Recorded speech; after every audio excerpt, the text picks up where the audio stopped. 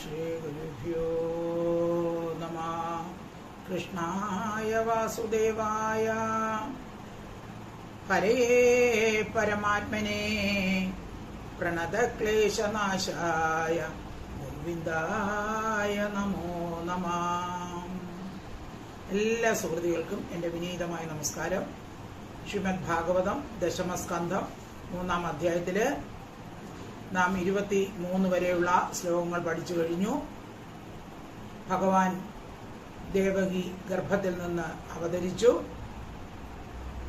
ശംഖുചക്ര ഗദാധാരിയായി എല്ലാ വൈഷ്ണവ ചിഹ്നത്തോടും കൂടിയാണ് ഭഗവാനെ വസുദേവരും ദേവകിയും കണ്ടത്. വസുദേവർ വളരെ ആദരവോടുകൂടി നമസ്കരിച്ചിട്ട് ഭഗവാനെ സ്തുതിക്കുന്നു. ആ സ്തുതിയാണ് കഴിഞ്ഞ ക്ലാസ്സിൽ നമ്മൾ കണ്ടത്. ഇന്ന് ദേവകി സ്തുതിക്കുന്നതാണ് നമുക്ക് ചർച്ച ചെയ്യേണ്ടത്.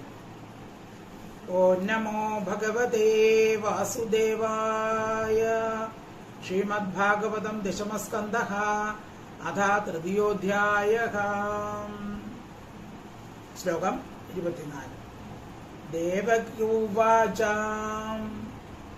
രൂപം യത്തത് പ്രാഗുരവ്യക്തമാദ്യം ബ്രഹ്മജ്യോതിർനിർഗുണം നിർവികാരം സത്താമാത്രം നിർവിശേഷം നിരീഹം സത്വം സാക്ഷാത് വിഷ്ണുരധ്യാത്മപ്രദീപഃ. പദച്ഛേദം. രൂപം യത് തത് പ്രാഹുഃ അവ്യക്തം ആദ്യം ബ്രഹ്മ ജ്യോതിഃ നിർഗുണം നിർവികാരം സത്താമാത്രം നിർവിശേഷം നിരീഹം സത്വം സാക്ഷാത് വിഷ്ണുഃ അധ്യാത്മദീപഃ. രൂപം യത്തത് പ്രാഹുർ അവ്യക്തം ആദ്യം. ഭഗവാന്റെ രൂപം എങ്ങനെയാണ്? പ്രാഹുഃ അവ്യക്തം ആദ്യം. അവ്യക്തം, കാണാൻ പറ്റാത്തത്, ഇന്ദ്രിയങ്ങൾ കൊണ്ട് അറിയാൻ കഴിയാത്ത രൂപമാണ്. ആദ്യം, ആദി കാരണം, എല്ലാത്തിൻ്റെയും ആദി കാരണം ഭഗവാനാണ്, മൂലകാരണം ഭഗവാനാണ്. ബ്രഹ്മ വ്യാപകനാണ്, വ്യാപകവും. ജ്യോതിഹി സ്വയം പ്രകാശിക്കുന്നതാണ്, സ്വരാൾ സ്വയം പ്രകാശിക്കുന്നതാണ് ഭഗവാൻ. നിർഗുണം ഗുണാതീതനാണ്. നിർവികാരം വികാരമില്ലാത്തവനാണ്. സത്താമാത്രം സത്തായിട്ടുള്ളവൻ, നാശം ഇല്ലാത്തവനാണ്. നിർവിശേഷം ദേവൻ മനുഷ്യൻ എന്ന വിശേഷത്തോട് കൂടാത്തവൻ. ഭഗവാൻ ദേവനാണോ? അല്ല. മനുഷ്യനാണോ? അതുമല്ല. ദേവനോ മനുഷ്യനോ അല്ല എന്നല്ലാതെ ഇരിക്കുന്ന ആള്. നിരീഹം ക്രിയാരഹിതവും ആയ യത്തത് ഇന്നവിധമെന്ന് പറയാൻ കഴിയാത്തതായ രൂപം, യാതൊരു രൂപത്തെ പ്രാഹുഃ വേദങ്ങൾ പറയുന്നുവോ. അപ്പോൾ ഭഗവാന്റെ രൂപം എന്ന് പറഞ്ഞാൽ അവ്യക്തമാണ്, ഇന്ദ്രിയങ്ങൾ കൊണ്ട് അറിയാൻ സാധിക്കാത്തത്, ആദി കാരണമാണ്, സ്വയം പ്രകാശിക്കുന്നതാണ്, ഗുണാതീതമാണ്, നിർവികാരമാണ്, പ്രവർത്തനാഹീനമാണ്. ഇങ്ങനെയുള്ള ആ രൂപം വേദങ്ങൾ എങ്ങനെയാണോ പറയുന്നത്? അധ്യാത്മദീപഃ. അധ്യാത്മദീപം, അതായത് ബുദ്ധിയൊക്കെ പ്രകാശിപ്പിക്കുന്നതും സാക്ഷാത്തായിരിക്കുന്ന ആവരണ രഹിതമായും ഇരിക്കുന്ന സഹവിഷ്ണു, ആ വിഷ്ണു ത്വം നിന്തിരുവടിയാകും. അപ്പൊ അങ്ങ് എൻ്റെ മകനല്ല, സാക്ഷാൽ വിഷ്ണുവാണെന്ന് ഞാൻ തിരിച്ചറിയുന്നു എന്ന് ദേവകി പറയുകയാണ്. ഭഗവാനിൽ ശങ്കയൊന്നുമില്ല, ദേവകിക്ക് ഒരു ശങ്കയുമില്ല. ഭഗവാൻ ഇത് വിഷ്ണു തന്നെയാണ്. എല്ലാറ്റിനും ആദി കാരണവും ഏത് കാലത്തും നിലനിൽക്കുന്നതും ഒരിക്കലും നശിക്കാത്തതും ഇന്ദ്രിയങ്ങൾ കൊണ്ട് ഒന്നും അറിയാൻ സാധിക്കാത്തതും ഗുണാതീതനും ക്രിയാരഹിതനും ആയ ആ ഭഗവാൻ അങ്ങ് തന്നെയാണ് എന്ന് ദേവകി പറയുകയാണ്. ഇതില് വേദങ്ങൾ പറയും, ഭഗവത് വാക്യം ഇതാണ്: അവ്യക്തോയമചിന്യോയം അവികാര്യോയം ഉച്യതേ. ഭഗവാൻ തന്നെ പറയുന്നതാണ്, അവ്യക്തോയം അചിന്യോയം, ഞാൻ അവ്യക്തനാണ്, ചിന്തിച്ചറിയാൻ സാധിക്കാത്തവനാണ്, പിന്നെ അവികാര്യനാണ്, വികാരം ഇല്ലാത്തവനാണ് എന്ന് ഭഗവാൻ തന്നെ പറയുന്നുണ്ട്. അപ്പോൾ ബുദ്ധിയാദി മനസ്സിനോ വാക്കിനോ ഇന്ദ്രിയങ്ങൾക്കോ ഒന്നും ഭഗവാന്റെ പ്രഭാവത്തെ മനസ്സിലാക്കാൻ സാധിക്കുകയില്ല. ശ്ലോകം ഒന്നുകൂടെ വായിക്കാം. രൂപം യത്തത് പ്രാഹുരവ്യക്തമാദ്യം ബ്രഹ്മജ്യോതിർനിർഗുണം നിർവികാരം സത്താമാത്രം നിർവിശേഷം നിരീഹം സത്വം സാക്ഷാത് വിഷ്ണുരധ്യാത്മദീപഃ. ശ്ലോകം 25. നഷ്ടേ ലോകേ ദ്വിപരാർത്ഥാവസാനേ മഹാഭൂതേഷാദിഭൂതം ഗതേഷു വ്യക്തേ വ്യക്തം കാലവേഗേന ജാതേ ഭവാനേക ശിഷ്യതേ അശേഷസജ്ഞഃ. നഷ്ടേ ലോകേ ദ്വിപരാർത്ഥ അവസാനേ മഹാഭൂതേഷു ആദിഭൂതം ഗതേഷു വ്യക്തേ അവ്യക്തം കാലവേഗേന ജാതേ ഭവാൻ ഏക ശിഷ്യതേ അശേഷ സജ്ഞഃ. ദ്വിപരാർത്ഥ അവസാനേ ലോകേ നഷ്ടേ. രണ്ട് പരാർത്ഥത്തിന്റെ അവസാനത്തിൽ, രണ്ട് പരാർത്ഥം, ഒരു പരാർത്ഥം എന്ന് പറഞ്ഞാൽ 50 വർഷം, രണ്ട് പരാർത്ഥം എന്ന് പറഞ്ഞാൽ ദേവവർഷമാണ്, രണ്ട് പരാർത്ഥം എന്ന് പറഞ്ഞാൽ 100 വർഷം. അതാണ് ബ്രഹ്മാവിന്റെ ആയുസ്. രണ്ട് പരാർത്ഥം കഴിയുമ്പോൾ ലോകേ നഷ്ടേ, ലോകം അവസാനിക്കും. അതായത് ആ ബ്രഹ്മാവിന്റെ നാശം ഉണ്ടാകുന്നു. അപ്പോൾ 100 വയസ്സ് കഴിയുമ്പോൾ അത്ര വരെ ബ്രഹ്മാവിന് ആയുസുള്ളൂ. അപ്പോൾ എല്ലാ സൃഷ്ടികളും ബ്രഹ്മാവ് ഉൾപ്പെടെയുള്ള എല്ലാവരും എന്താണ് ഭഗവാനിൽ ലയിക്കും. മഹാഭൂതേഷു, മഹാഭൂതങ്ങൾ ആദിഭൂതം, ആദിഭൂതത്തെ ഗതേഷു ഗമിക്കും. അപ്പോൾ എല്ലാം നശിക്കും. ബ്രഹ്മാവിന്റെ ആയുസ് ദ്വിപരാർത്ഥമാണ്, 100 വർഷമാണ്. ആ കാലത്തിൽ ചരങ്ങളും അചരങ്ങളും അടങ്ങിയിരിക്കുന്ന ലോകം മുഴുവനും നശിക്കും, ബ്രഹ്മാവും നശിക്കും. 100 വർഷം കഴിയുമ്പോൾ ബ്രഹ്മാവും നശിക്കും. ദേവവർഷമാണ് 100 ഗുണം 365. അപ്പോ എന്ത് ചെയ്യുന്നു? മഹാഭൂതേഷു ആദിഭൂതം ഗതേഷു, മഹാഭൂതങ്ങൾ ആദിഭൂതത്തെ പ്രവേശിക്കും. മഹാഭൂതങ്ങൾ എന്ന് പറഞ്ഞാൽ പഞ്ചഭൂതങ്ങൾ. പഞ്ചഭൂതങ്ങൾ ഏതൊക്കെയാണ്? ആകാശം, വായു, അഗ്നി, ജലം, ഭൂമി. ഇതെല്ലാം എവിടെ പോകും? എല്ലാം ആദിഭൂതത്തെ പ്രവേശിക്കും. വ്യക്തേ, വ്യക്തം കാലവേഗേന, കാലം കൊണ്ട്, അവ്യക്തം, അവ്യക്തമായിട്ട് ജാതേ ഭവിക്കുകയും ചെയ്യുമ്പോൾ അശേഷ സജ്ഞ, അശേഷത്തിൽ സജ്ഞ എന്ന പേരോടുകൂടിയ ഭഗവാൻ ഏകഃ ശിഷ്യതേ, ഏകൻ മാത്രമേ അവശേഷിക്കുകയുള്ളൂ. അപ്പോൾ പ്രളയം ഉണ്ടാകുമ്പോൾ, ബ്രഹ്മാവിന്റെ കാലം കഴിയുമ്പോൾ എന്ത് ചെയ്യും? എല്ലാം അവസാനിക്കും മഹാപ്രളയത്തിൽ. അപ്പൊ ആ പ്രളയത്തിലും ഭഗവാൻ മാത്രം ശേഷിക്കും. ബ്രഹ്മാവും മറ്റുള്ളത് എല്ലാം നശിക്കും. അപ്പോൾ ഈ ലോകം നശിക്കും. ഈ ലോക കാരണമായിരിക്കുന്ന പൃഥ്വിയാദി ഭൂതങ്ങൾ എന്ത് ചെയ്തു? മഹാഭൂതങ്ങൾ, പഞ്ചഭൂതങ്ങളും പിന്നെ ഇന്ദ്രിയങ്ങളും അവയെ പ്രേരിപ്പിക്കുന്ന ദേവതകളും അവയുടെ ആദി കാരണമായ അഹങ്കാരതത്വത്തിൽ അടങ്ങും. ഈ അഹങ്കാരതത്വം വ്യക്തമെന്ന പേരായ മഹത്തത്വത്തിൽ ലയിക്കും. അപ്പൊ നേരത്തെ പറഞ്ഞു, സൃഷ്ടി നടത്തുമ്പോൾ ഭഗവാന്റെ ഈക്ഷണം കാരണം മായാശക്തിയിൽ നിന്നാണ് ആദ്യം അതുണ്ടാകുന്ന മഹത്തത്വം, പിന്നെ അഹങ്കാരതത്വം, പിന്നെ അതിൽ നിന്നാണ് പഞ്ചഭൂതങ്ങളും ഇന്ദ്രിയങ്ങളും ഇന്ദ്രിയാധിഷ്ഠാന ദേവതകളും മനസ്സും എല്ലാം ഉണ്ടാകുന്നത്. അപ്പോൾ എല്ലാം നശിക്കുമ്പോൾ എന്ത് ചെയ്യുന്നു? ഈ അവസാനം ഉണ്ടായതെല്ലാം നേരത്തെ ഉള്ളതിൽ ലയിച്ച് അങ്ങ് പോകും. അപ്പൊ ഈ പഞ്ചഭൂതങ്ങള്, ഇന്ദ്രിയങ്ങള്, ഇന്ദ്രിയാധിഷ്ഠാന ദേവതകൾ എല്ലാം വന്നത് ഇവിടുന്നാണ്? അഹങ്കാര തത്വത്തിൽ നിന്നാണ്. ആ അഹങ്കാര തത്വത്തിൽ ലയിക്കും. ഈ അഹങ്കാര തത്വം വന്ന എവിടെ നിന്നാണ്? മഹത്തത്വത്തിൽ നിന്ന്. അപ്പൊ ഈ അഹങ്കാര തത്വം ഏതിലേക്കും? മഹത്തത്വത്തിലേക്കും. അപ്പോൾ ആ മഹത്തത്വത്തെ എന്താന്ന് പറയും? അവ്യക്ത മഹത്തത്വം, വ്യക്തം എന്നുള്ള മഹത്തത്വത്തിൽ ലയിക്കും. ആ മഹത്തത്വം ഏതിൽ നിന്നാണ് വന്നത്? മായയിൽ നിന്നാണ്, പ്രകൃതിയിൽ നിന്നാണ്. അപ്പൊ ഈ മഹത്തത്വം അവ്യക്തം എന്ന പേരായ പ്രധാനത്തിൽ, അതായത് മായാശക്തിയിൽ അടങ്ങും. അപ്പൊ മഹത്തത്വം മായയിലടങ്ങും. പിന്നെ ഈ മായ അല്ലെങ്കിൽ പ്രധാനം ഭഗവാനിലേക്കും.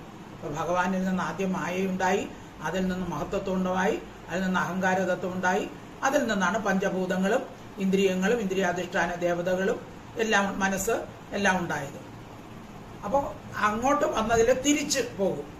അതായത് ഈ പഞ്ചഭൂതങ്ങളും മനസ്സും ഇന്ദ്രിയങ്ങളും എല്ലാം അഹങ്കാരതത്വത്തിലേക്കും, അഹങ്കാരതത്വം ആ മഹത്തത്വത്തിലേക്കും, മഹത്തത്വം എവിടേക്കും?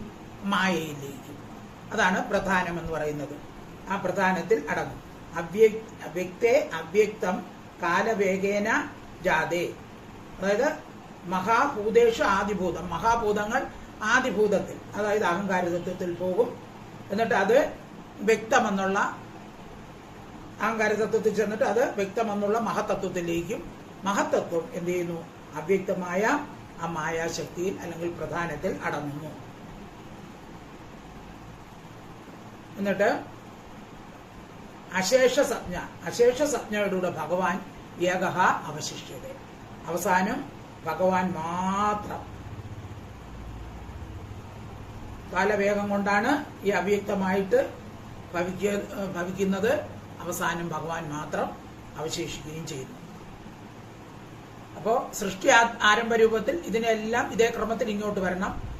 അടുത്ത പ്രളയത്തില് ഇതെല്ലാം വന്ന രീതിയിൽ തിരിച്ച് അതേപോലെ പോവുകയും ചെയ്യണം. അപ്പൊ എല്ലാറ്റിനും നാശം സംഭവിക്കുന്ന ആ മഹാപ്രളയത്തിൽ കൂടി ഭഗവാൻ ഏകൻ മാത്രം അവശേഷിക്കുന്നു. നഷ്ടേ ലോകേ പരാർത്ഥാവസാനേ മഹാഭൂതേഷാദിഭൂതം ഗതേഷു വ്യക്തേ വ്യക്തം കാലവേഗേന ജാതേ ഭവാനേക ശിഷ്യതേ അശേഷസജ്ഞഃ. ശ്ലോകം 26. യോയം കാലസ്തസ്യ തേ വ്യക്തബന്ധോ ചേഷ്ടാം ആഹുശ്ചേഷ്ടദേയേന വിശ്വം നിമേഷാദിർവത്സരാന്തേ മഹീയാം സ്തം തേ ഈശാനം ക്ഷേമധാമ പ്രപദ്യേ. യഹ അയം കാലഃ തസ്യ തേ അവ്യക്തബന്ധോ ചേഷ്ടാം ആഹു ച ചേഷ്ടതേ. ചേഷ്ടാം ആഹു ചേഷ്ടതേ. ചേഷ്ടാം ആഹു ച ചേഷ്ടതേ യേന വിശ്വം നിമേഷാദിഹി വത്സരാന്തഃ മഹീയാം തം തു ഈശാനം ക്ഷേമധാമ പ്രപദ്യേ. അവ്യക്ത ബന്ധോ, അവ്യക്തത്തിന്റെ ബന്ധുവായിട്ടുള്ളവനെ. അവ്യക്തം എന്ന് പറയുന്നത് ഏതാണ്? അമായ, അമായയുടെ ബന്ധുവായിട്ടുള്ളവനെ. നിമേഷാദി, നിമിഷം മുതൽക്ക് വത്സരാന്ത, ഒരു നിമിഷം കാലത്തിന്റെ ഇതാണ്. നിമിഷം മുതൽ ഒരു വർഷം വരെ ഉള്ള മഹീയാൻ, ഏറ്റവും മഹത്തായിരിക്കുന്ന യഹ അയം കാല, യാതൊരു ഈ കാലം ഭവിക്കുന്നുവോ, യാന ഏതൊന്നുകൊണ്ട്, വിശ്വം ലോകം, ചേഷ്ടതേ വ്യാപരിക്കുന്നുവോ. കാലത്തിന്റെ ഗതി അനുസരിച്ചാണ് ഈ പ്രകൃതിയിലെ ഓരോന്നും പ്രവർത്തിക്കുന്നത്. തസ്യ അതിനും തേ ദിന്തിരുവടിയുടെ ചേഷ്ടാം, ചേഷ്ടയെ ആഹു എന്ന് പറയുന്നു. ഈശാനം ഈശ്വരനായും ക്ഷേമധാമ അഭയസ്ഥാനമായിരിക്കുന്ന ത്വം താ, ആ അങ്ങയെ പ്രപദ്യേ, ഞാൻ ശരണം പ്രാപിക്കുന്നു. ഇപ്പോൾ കാലവും ഭഗവാന്റെ അധീനതയിൽ തന്നെയാണ് എന്ന് പറയുന്നു. സർവവും ലയിച്ചിരിക്കുന്ന പ്രധാനത്തെ, മായയെ ഉദ്ബോധിപ്പിച്ച ലോകത്തെ വീണ്ടും സൃഷ്ടിച്ചും രക്ഷിച്ചും സംഭരിച്ചും കൊണ്ട് ക്രീഡിക്കുന്ന, അല്ലയോ അവ്യക്ത ബന്ധു, അവ്യക്തത്തിന്റെ ബന്ധുവായിട്ടുള്ളവനെ, നിമിഷം മുതൽ വത്സരം വരെയുള്ള കാലം ആവർത്തിച്ച് ദ്വിപരാർത്ഥം എന്നറിയപ്പെടുന്ന ബ്രഹ്മാവിന്റെ ആയുഷ്കാലം വരെ നീണ്ടുപോകുന്നു. അപ്പൊ ഈ കാലവും ശക്തിവിശേഷത്തിൽ അടങ്ങിയിരിക്കുന്നു എന്ന് മഹാന്മാർ പറയുന്നു. അതുകൊണ്ട് കാലത്തിന്റെ നിയന്താവായും അഭയസ്ഥാനമായിരിക്കുന്ന ഭഗവാനെ ഞങ്ങൾ ശരണം പ്രാപിക്കുന്നു. ഈശ്വരനായ അങ്ങയ്ക്ക് ശരണം പ്രാപിച്ച എന്റെ ഭയത്തെ തീർക്കുന്നതിന് സാധിക്കും എന്ന് പറഞ്ഞ് ദേവകി ഭഗവാനെ സ്തുതിക്കുകയാണ്.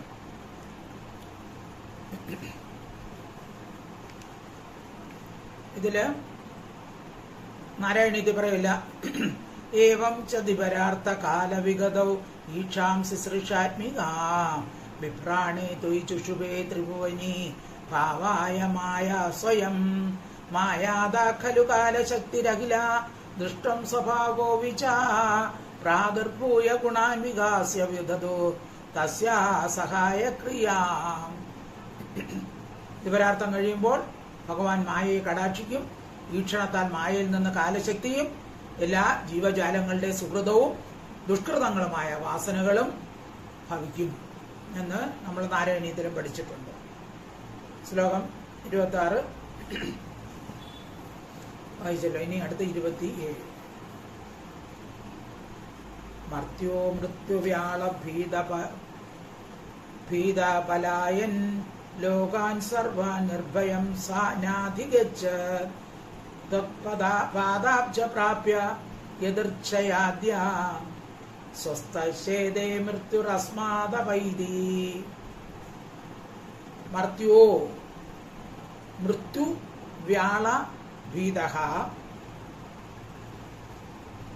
പലായൻ ലോകാൻ സർവാൻ നിർഭയം ന അധ്യഗച്ഛത് പാദാബ്ജം പ്രാപ്യ യദൃച്ഛയാ ആദ്യ സ്വസ്ഥഃ ശേദേ മൃത്യുഃ അസ്മാദ് അപൈതി.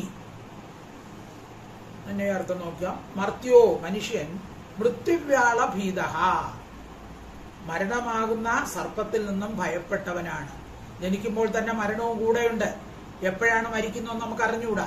അപ്പോൾ മനുഷ്യന് എപ്പോഴും ഭയം തന്നെ. എപ്പോഴാണോ എന്തോ ഞാൻ മരിക്കുന്നത്. ഓരോരുത്തർ മരിക്കുമ്പോഴും വിചാരിക്കുമല്ലേ എപ്പോഴാണോ എന്തോ എന്റെ മരണം. സർവാൻ സമസ്തങ്ങളായ ലോകങ്ങളെ പാലയൻ ഓടുന്നവനായിട്ട് നിർഭയം ഭയമില്ലായ്മയെ ഞാ അകച്ച് പ്രാപിച്ചില്ല. അപ്പൊ ഇവൻ പേടിച്ച് ഇങ്ങനെ ഓടിക്കൊണ്ടിരിക്കുകയാണ്. കാലത്തിന്റെ ഗതിക്കനുസരിച്ച് ഓരോരുത്തരും മരണത്തെ പേടിച്ച് ഓടിക്കൊണ്ടിരിക്കുകയാണ്. ആദികാരണഭൂത എതിർച്ചയ അങ്ങനെ ഓടിക്കൊണ്ടിരിക്കുമ്പോൾ യാദൃച്ഛികമായിട്ട് പാദാബ്ജം അങ്ങയുടെ പാദപത്മത്തെ പ്രാപിച്ചിട്ട് സ്വസ്ഥനായി ചേതേ കിടക്കും. അസ്മാത് ഇവനിൽ നിന്ന് മൃത്യുഹു മരണം അപൈതി പോകുന്നു, പിന്തിരിഞ്ഞ് ഓടുന്നു. അപ്പോ ഇവനെ, അതായത് ഭഗവാന്റെ പാദാബ്ജങ്ങളെ ആ മരണം പ്രാപിക്കുകയില്ല. അപ്പൊ നമ്മൾ ഭഗവാന്റെ പാദങ്ങളെ ശരണം പ്രാപിച്ചാൽ നമുക്കും മൃത്യു ഉണ്ടാവുകയില്ല. അപ്പോൾ മൃത്യുഭയത്തെ ഭയന്ന് ആളുകള് സംസാരത്തിൽ കിടന്ന് ഉഴന്ന് വിഷയാസക്തന്മാരായി ഭ്രമിച്ച് ഇങ്ങനെ ഓടി നടക്കുകയാണ്. അപ്പോഴാണ് ആരോ പറഞ്ഞത് ഇവിടെ സപ്താഹം നടക്കുകയാണ്, എന്നാൽ നമുക്കതൊന്ന് കേട്ടുകളയാം, അല്ലെങ്കിൽ ഭഗവാനെ കുറിച്ച് പറയുന്നത് ഒന്ന് കേട്ടുകളയാം എന്ന് വിചാരിച്ച് അവിടെ ചെല്ലുമ്പോഴാണ് ആ ഭഗവാന്റെ മഹിമ മനസ്സിലാകുന്നത്. അല്ലാതെ വിഷയാസക്തരായിരിക്കുമ്പോൾ ഭഗവാന്റെ മഹിമ നമുക്ക് മനസ്സിലാവില്ല. അത് സജ്ജനങ്ങൾ പറയുന്നത് നമ്മൾ കേൾക്കണം. അപ്പൊ കേൾക്കുമ്പോൾ ആ ഭഗവാന്റെ കഥകളിൽ കീർത്തനങ്ങളിൽ നമ്മൾ ആസക്തരാകും. അങ്ങനെ ഭഗവാന്റെ പാദത്തെ നമ്മൾ സേവിക്കുന്നു അല്ലെങ്കിൽ ആശ്രയിക്കുന്നു. ഭട്ടതിരിപ്പാട് നാരായണീയത്തിൽ പറയുമല്ലോ, ശ്രീകൃഷ്ണ ത്വത്പദോപാസനം അഭയതമം ബദ്ധമിത്താർത്ഥദൃഷ്ടേ മർത്യസ്യാർത്ഥസ്യ മന്യേ വ്യവസരതി ഭയം ഏന സർവാത്മനൈവ. ശ്രീകൃഷ്ണ ത്വത്പദോപാസനം അഭയതമം. അല്ലയോ കൃഷ്ണ, അങ്ങയുടെ പാദങ്ങളെ ഉപാസിക്കുന്നതാണ് ഭയമില്ലാതാക്കാനുള്ള ഏക ഉപായം. അപ്പോ നമ്മള് എന്തൊക്കെ വാരി കൂട്ടിയാലും എന്തൊക്കെ ആയാലും ഇങ്ങനെ ജീവിതത്തിൽ പലതും വാരിക്കൂട്ടി സമ്പാദിച്ചു പോകും. അപ്പൊ കുറെയൊക്കെ സുഖമൊക്കെ കിട്ടും. അവസാനമാകുമ്പോ എന്തോ എല്ലാം ഉണ്ടെങ്കിലും എന്തോ ഒരു ദുഃഖം അവശേഷിക്കുന്നു, എന്തോ ഒന്നിന്റെ കുറവായിട്ട് തോന്നുന്നു. അതാണ് എന്താണ് കൃഷ്ണന്റെ പാദാംബുജം. അപ്പൊ അവിടെ അഭയം പ്രാപിക്കുമെന്നാണ് പറയുന്നത്. അവസാന കാലത്ത് നമുക്ക് ആശ്രയം മക്കളോ ബന്ധുക്കളോ ഒന്നും ആയിരിക്കില്ല. ആര് മാത്രമേ ഉള്ളൂ? ഭഗവാൻ മാത്രമേ ഉള്ളൂ. അതുകൊണ്ട് ഭഗവാന്റെ ആ പാദാംബോജത്തെ ആശ്രയിക്കൂ. അപ്പൊ അവർക്ക് മാത്രമേ നിർഭയസ്ഥാനം ലഭിക്കുകയുള്ളൂ. മർത്യോ മൃത്യുവാള ഭീതപ്പലായാൻ ലോകാൻ സർവാൻ നിർഭയം നാഥ്യഗച്ഛത് ത്വത്പാദാബ്ജം പ്രാപ്യ യദൃച്ഛയാദ്യ സ്വസ്ഥശേദേ മൃത്യുരസ്മാദഭൈതി. ശ്ലോകം 28. സത്തം ഘോരാത് ഉഗ്രസേനാത്മജാത്നഃ സ്ത്രാഹിസ്ത്രസ്താൻ കൃത്യവിത്രാസഹാസി രൂപം ഛേദം പൗരുഷം ധ്യാനധിഷ്ണം തിഷ്ണ്യം മാ പ്രത്യക്ഷം മാംസ ദൃശ്യാം കൃഷിഷ്ടാഃ. സഹാ ത്വം ഘോരാത് ഉഗ്രസേന ആത്മജാത് നഃ ത്രാഹി ത്രസ്താൻ കൃത്യ വിത്രാസഹ അസി രൂപം ച ഇദം പൗരുഷം ധ്യാനധിഷ്ണം മാ പ്രത്യക്ഷം മാംസദൃശാ കൃഷിഷ്ടാഃ. സഹ തത്വം. അങ്ങനെയുള്ള അങ്ങ്, അതായത് ആരെ ആശ്രയിച്ചാലാണോ ഭയമില്ലാതിരിക്കുന്നത്, അങ്ങനെയുള്ള അങ്ങ് ഘോര ഭയങ്കരനായിരിക്കുന്ന ഉഗ്രസേന ആത്മജ, ഉഗ്രസേന പുത്രനിൽ നിന്ന്, ആരാണ്? കംസനിൽ നിന്ന്, ത്രസ്താൻ ഭീതരായിരിക്കുന്ന ഞങ്ങളെ. അപ്പൊ ഞങ്ങള് കംസനിൽ ഭീതരായിരിക്കുകയാണ്. ഞങ്ങളെ ത്രാഹി രക്ഷിച്ചാലും ത്വം അങ്ങ് കൃത്യ വിത്രാസഹ കൃത്യന്മാരുടെ വിശേഷ ഭീതിയെ ഹനിക്കുന്നവൻ ആണ്, അസി ആകുന്നു. ധ്യാനധിഷ്ണം ധ്യാനിക്കാൻ യോഗ്യമായും പൗരുഷം പുരുഷ സംബന്ധിയുമായിരിക്കുന്ന ഇതം രൂപം, ഈ രൂപത്തെ മാംസദൃഷ്ടികൾക്ക്, അതായത് സാധാരണ കണ്ണുകൾക്ക് പ്രത്യക്ഷനായിട്ട് മാ കൃഷിഷ്ട ചെയ്യരുതേ. അതായത് ഭഗവാന്റെ ഈ രൂപം ഞങ്ങൾ കണ്ടു കഴിഞ്ഞു. ഇനി മറ്റുള്ള സാധാരണക്കാരും ഭഗവാന്റെ ഈ രൂപം കാണരുതേ. കാരണം കണ്ടു കഴിഞ്ഞാൽ കംസൻ ഉടനെ തന്നെ ഞങ്ങളെയും വധിക്കും. അപ്പൊ അതുകൊണ്ട് അങ്ങ് ഈ രൂപത്തെ പെട്ടെന്ന് പിൻവലിക്കണം. ഈ രൂപം മറ്റുള്ളവർ കാണരുത്. അപ്രാകൃതമായ സ്വരൂപം സാധാരണ മനുഷ്യർക്ക് കണ്ണുകൾക്ക് വിഷയമാകാതിരിക്കണം. അതിനങ്ങ് കരുണയുണ്ടാകണം. ശ്ലോകം 20. സത്വം ഘോരാദുഗ്രസേനാത്മജാത്നഃ സ്ത്രാഹിസ്ത്രസാൻ പ്രത്യവിത്രാസഹാസേ രൂപം ഛേദം പൗരുഷം ധ്യാനധിഷ്ഠ്യം മാ പ്രത്യക്ഷം മാംസദൃശാം കൃഷിഷ്ടാഃ. ശ്ലോകം 29. ജന്മതേ മയ്യസൗ പാപോ മാ വിദ്യാത് മധുസൂദന സമുദ്ധിജേ ഭവത്ഹേദോ കംസാദഹം അധീരതിഹി. ജന്മ തേ മയി അസൗ പാപഃ മാ വിദ്യാത് മധുസൂദനഃ സമുദ്ധിജേ ഭവേത് ഹേതോഃ കംസാത് അഹം അധീരതീഹി. അസൗ ഈ പാപിയായ ഹംസൻ മൈ എന്നിൽ തേ അങ്ങയുടെ ജന്മത്തെ മാ വിദ്യ അറിയരുതേ. അങ്ങ് എന്നിൽ അവതരിച്ചിരിക്കുന്നതായി ഈ കംസൻ ഒരിക്കലും അറിയരുത്. വിഷ്ണുവാണ് ഇവിടെ അവതരിച്ചതെന്ന് ആ കംസൻ ഒരിക്കലും അറിയരുത്. മധുസൂദന, മധു എന്ന അസുരനെ കൊന്ന അല്ലയോ ഭഗവാനെ, അധീരതി ധീര ചിത്തയല്ലാത്ത അഹം ഞാൻ, എനിക്ക് ആ മനസ്സിന് ധൈര്യമൊന്നുമില്ല, അങ്ങനെയുള്ള ഞാൻ ഭഗവത് ഹേതോ അങ്ങയെ ഉദ്ദേശിച്ച് കംസനിൽ നിന്ന് സമുദ്ധിജെ ഭയപ്പെടുന്നു. അപ്പൊ അങ്ങയെ കംസൻ കണ്ടാൽ എന്താണ് സംഭവിക്കാൻ പോകുന്നത് എന്ന് മനസ്സിലുറച്ച് എനിക്ക് ഭയങ്കര ഭയമാണ്. അതുകൊണ്ട് അങ്ങ് എന്ത് ചെയ്യണം, അങ്ങയുടെ ഈ രൂപം പിൻവലിക്കണം. ഇത് മറ്റു സാധാരണക്കാർ ആരും കാണരുത്. ശ്ലോകം 29. ജന്മതേ മയ സൗപാപോ മാ വിദ്യാത്മധുസൂദന സമിദ്ധിജേ ഭവത്ഹേതോ കംസാദഹം അധീരതിഹി. ശ്ലോകം 30. ഉപസംഹര വിശ്വാത്മൻ അധോരൂപമലൗകികം ശംഖചക്രഗദാ പദ്മ ഷിയാജുഷ്ടം ചതുർഭുജം. ഉപസംഹര വിശ്വാത്മൻ അധഃ രൂപം അലൗകികം ശംഖ ചക്ര ഗദ പത്മശ്രിയ ജുഷ്ടം ചതുർഭുജം. അപ്പൊ അതുകൊണ്ട് എന്ത് ചെയ്യണം, അങ്ങയുടെ രൂപം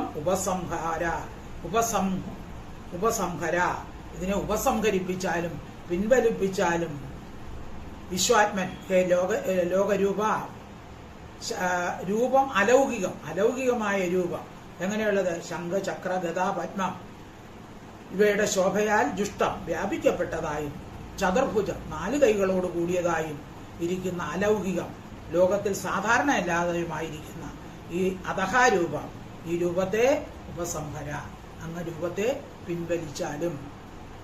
ഉപസംഹര വിശ്വാത്മൻ അധോ രൂപമലൗകികം ശംഖചക്ര ഗദാ പദ്മ ശ്രിയാജുഷ്ടം ചതുർഭുജം. ശ്ലോകം 31.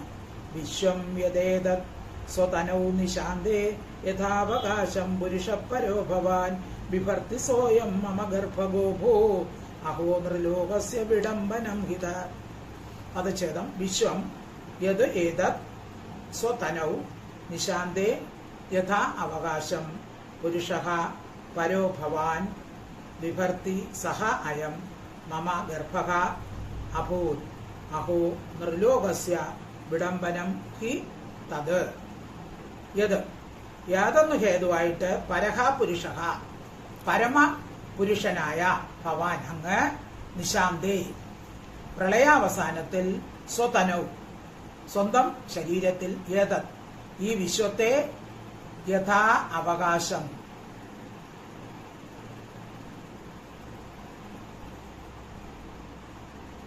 ഈ വിശ്വത്തെ മുഴുവനും സ്ഥല പരപ്പോടുകൂടി വിശ്വത്തെ മുഴുവനും തന്നെ വിഭർത്തി ഭരിക്കുന്നു. പ്രളയാവസാനത്തിൽ ഭഗവാൻ ഈ ലോകത്തെ മുഴുവൻ തന്റെ കുക്ഷിയിൽ ഒതുക്കുകയാണ്.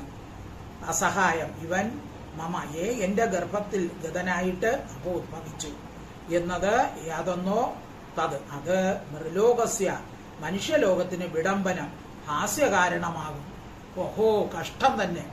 അതായത് ആ പ്രളയത്തിൽ ഈ എല്ലാ വിശ്വവും സകല ചരാചരങ്ങളെയും തന്റെ കുക്ഷിയിൽ ഒതുക്കുന്ന ആ ഭഗവാൻ ഇപ്പോ ഈ സാധുവായ സാധാരണ സ്ത്രീയായ എന്റെ ജഡരത്തിൽ വന്ന് ഭവിച്ചിരിക്കുന്നു എന്ന് ആളുകൾ അറിയുമ്പോൾ ആളുകൾ ചിരിക്കും. ഇതാ തുറുങ്കിൽ കിടക്കുന്ന ഈ സ്ത്രീയുടെ ഉദരത്തിലാണ് ഭഗവാൻ അവതരിച്ചത് എന്ന് പറഞ്ഞ ആളുകൾ ചിരിക്കും. അതുകൊണ്ട് ഇതിനെ ഉപസംഹരിച്ചാലും.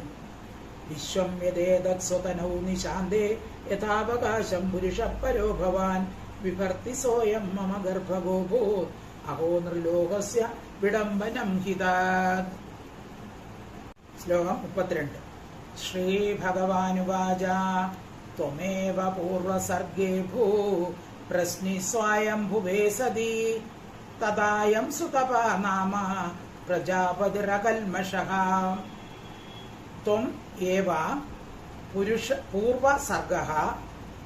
പൂർവസർഗേ അഭൂ പ്രശ്നിഃ സ്വയംഭുവേ സതി തദാ അയം സുതപാ നാമ പ്രജാപതി അകൽമഷഃ. അപ്പൊ ഭഗവാന്റെ ആ രൂപം പിൻവലിക്കാൻ പറഞ്ഞപ്പോൾ ഭഗവാൻ പറഞ്ഞു, എന്തുകൊണ്ടാണ് ഞാൻ നിന്റെ ഗർഭത്തിൽ അവതരിച്ചത് എന്നുള്ളതിന് കാരണം ഭഗവാൻ. ഇനിയുള്ളത് ഭഗവാന്റെ മറുപടിയാണ്. വസുദേവർക്കും ദേവകിക്കും ഭഗവാന്റെ മറുപടിയാണ്. ഭഗവാൻ പറയാണ്, പൂർവസർഗേ മുൻജന്മത്തിൽ സ്വയംഭുവ മന്വന്തരത്തിൽ സതി ഹേ പതിവ്രതേ ത്വം ഏവ, നീ തന്നെ പ്രശ്നി എന്ന പേരോട് കൂടിയവളായിട്ട് അഭൂ ഭവിച്ചു. തഥാ അപ്പോൾ അയം ഇവൻ അകൽമഷഃ രാഗാദി ദോഷരഹിതനും സുതപസ് എന്ന പേരോട് കൂടിയവനായ പ്രജാപതിയായിട്ട് അഭൂത് ഭവിച്ചു. അപ്പോൾ ഭഗവാൻ പറയുകയാണ്, ഞാൻ ജനിക്കാൻ കാരണം മുൻ ജന്മത്തിൽ നീ ആരായിരുന്നു? സ്വയംഭൂ മന്വന്തരത്തിൽ നീ പ്രശ്നിയും ഇവൻ ആരായിരുന്നു? സുതപസ് എന്ന പേരായ പ്രജാപതിയും ആയിരുന്നു. അപ്പോൾ മുൻജന്മത്തിൽ നിങ്ങൾ തപസ് ചെയ്തു. രാഗാദി ദോഷങ്ങളില്ലാതെ ആ വസുദേവനെയും ദേവകിയെയും ഭഗവാൻ എന്ത് ചെയ്തു? സ്തുതിച്ചതുകൊണ്ട് അവരെ മാതാപിതാക്കളായി സ്വീകരിക്കാനുള്ള യോഗ്യത അവർക്ക് ഉണ്ട്. പൂർവജന്മം മുതൽക്കേ അത് ഉണ്ടായിരിക്കുന്നു എന്ന് ഭഗവാൻ പറഞ്ഞു കൊടുക്കുകയാണ്. ശ്ലോകം 33. യുവാം വൈ ബ്രഹ്മണാദിഷ്ടൗ പ്രജാസർഗേ യഥാ തതഃ സന്നിയമേന്ദ്രിയ ഗ്രാമം ദേവാധേ പരമം തപഃ. യുവാം വൈ ബ്രഹ്മണ ആദിഷ്ടൗ പ്രജാസർഗേ യഥാ തതഃ സന്നിയമേന്ദ്രിയ ഗ്രാമം തേ പാധേ പരമം തപഃ.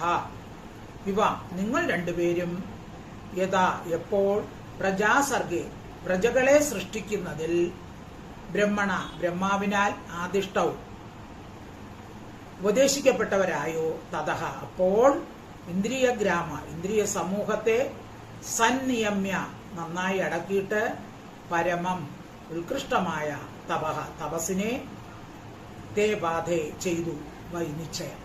അത് ഞാൻ നേരത്തെ പറഞ്ഞു. അപ്പോൾ ദേവകിക്കും വസുദേവരുടെയും മൂന്നാമത്തെ ജന്മമാണിത്. ആദ്യത്തെ ജന്മത്തിൽ അവർ പ്രശ്നയും സുതപസ്സുമായിരുന്നു. അപ്പോൾ അവർ ബ്രഹ്മാവ് പ്രജകളെ സൃഷ്ടിക്കാൻ പറഞ്ഞപ്പോൾ അവർ എന്ത് ചെയ്തു? ഇന്ദ്രിയങ്ങളെയൊക്കെ അടക്കി തപസ് ചെയ്തു. ശ്ലോകം 33 ഒന്നൂടെ. യുവാം വൈ ബ്രഹ്മണാദിഷ്ടൗ പ്രജാസർഗേ യഥാ തതഃ സന്നിയമേന്ദ്രിയ ഗ്രാമം ദേവാദേ പരമം തപഃ. ശ്ലോകം 34.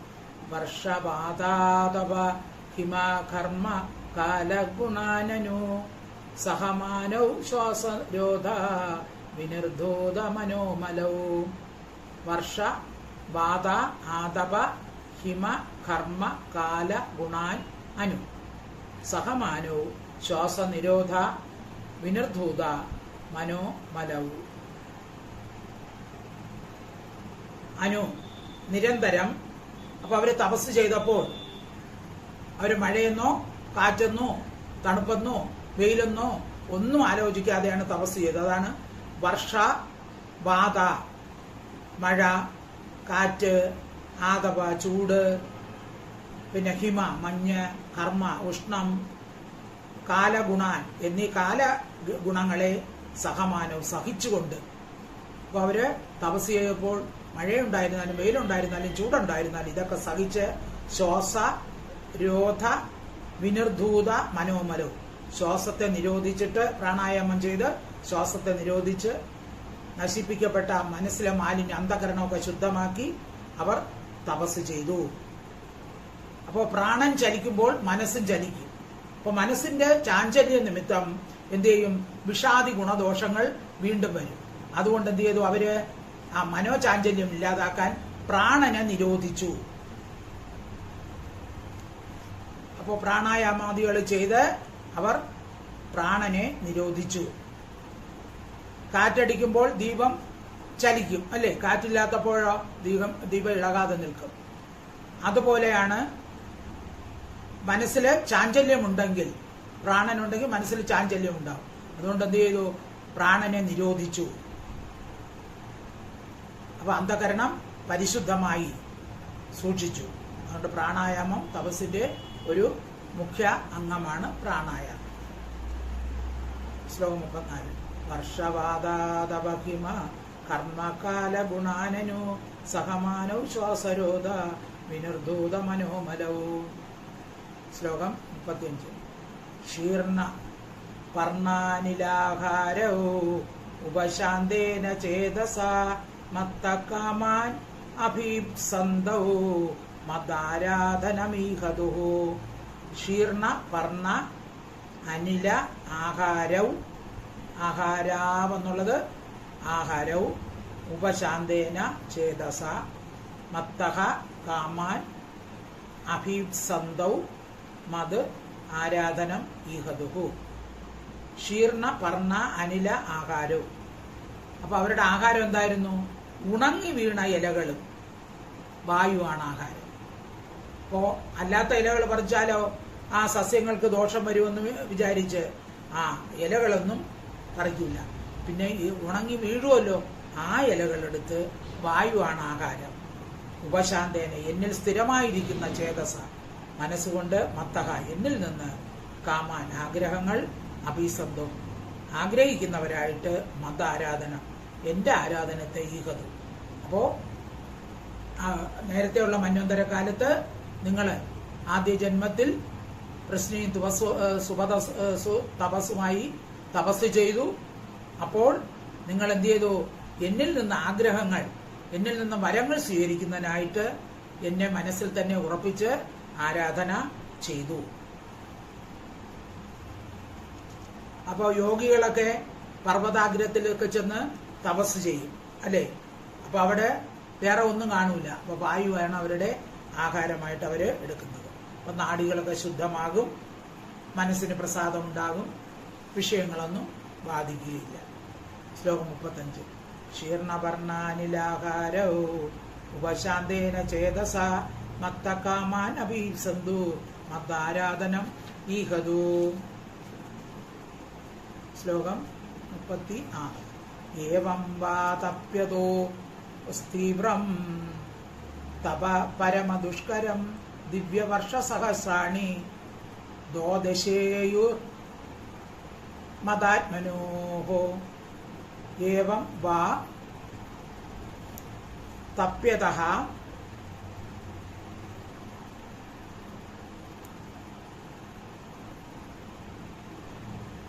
തീവ്രം തപഃ പരമദുഷ്കരം ദിവ്യവർഷസഹസ്രാണി ദ്വാദശ ഈയുഹു.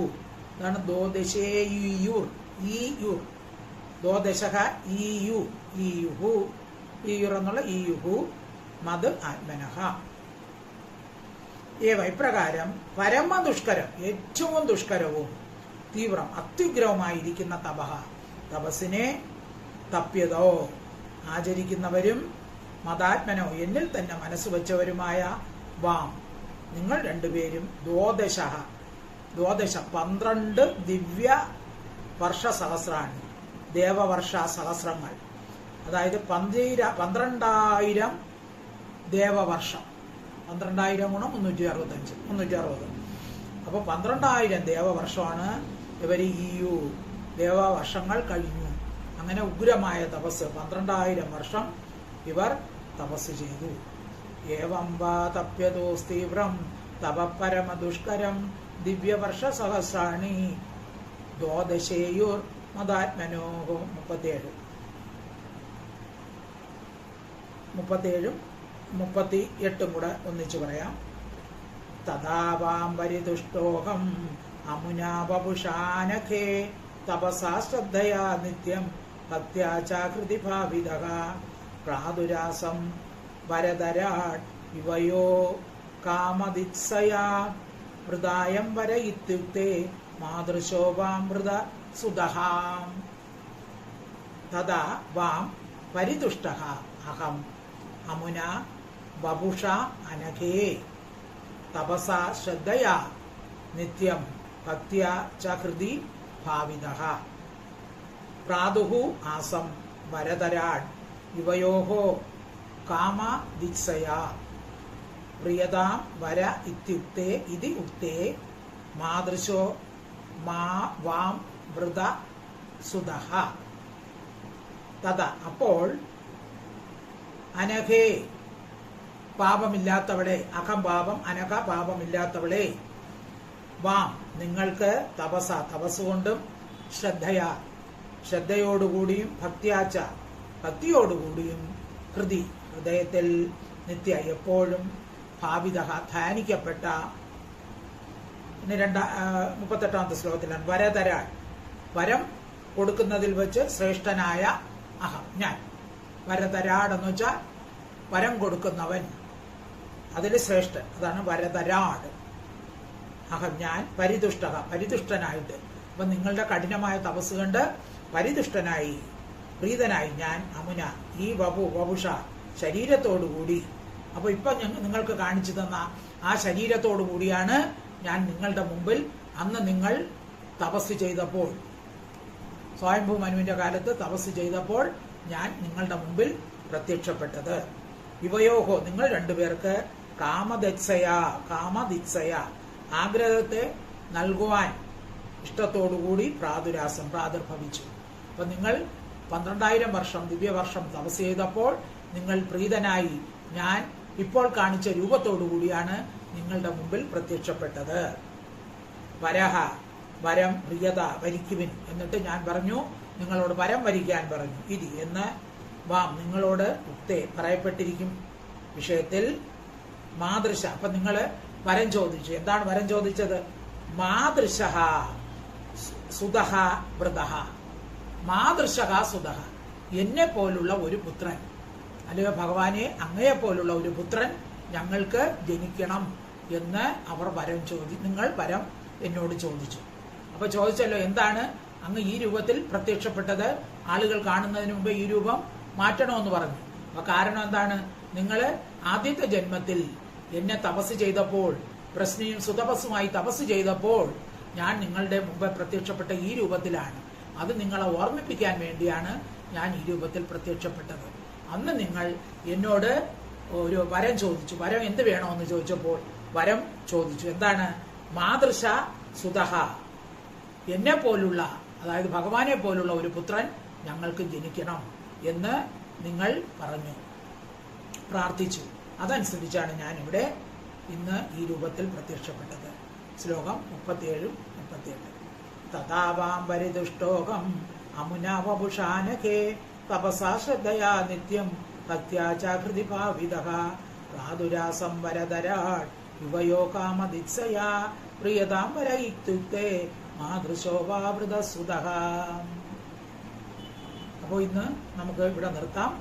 ഇനി ഭഗവാൻ അവർക്ക് കൊടുക്കുന്ന ഉപദേശങ്ങൾ ഇനിയുണ്ട്. അത് അടുത്ത ക്ലാസ്സിൽ പഠിച്ച് ഈ 3ാമത്തെ അധ്യായം നമുക്ക് സമർപ്പിക്കാം. സർവത്ര ഗോവിന്ദ നാമ സങ്കീർത്തനം. ഗോവിന്ദ ഹരി ഗോവിന്ദ. ഹരേ ജയ കൃഷ്ണ ഹരേ ജയ കൃഷ്ണ ഹരേ ജയ കൃഷ്ണ ഹരേ കൃഷ്ണ ഹരേ ജയ കൃഷ്ണ ഹരേ ജയ കൃഷ്ണ ഹരേ ജയ കൃഷ്ണ ഹരേ. ഹരി ഓം തത്സത്. ഹരി ഓം തത്സത്.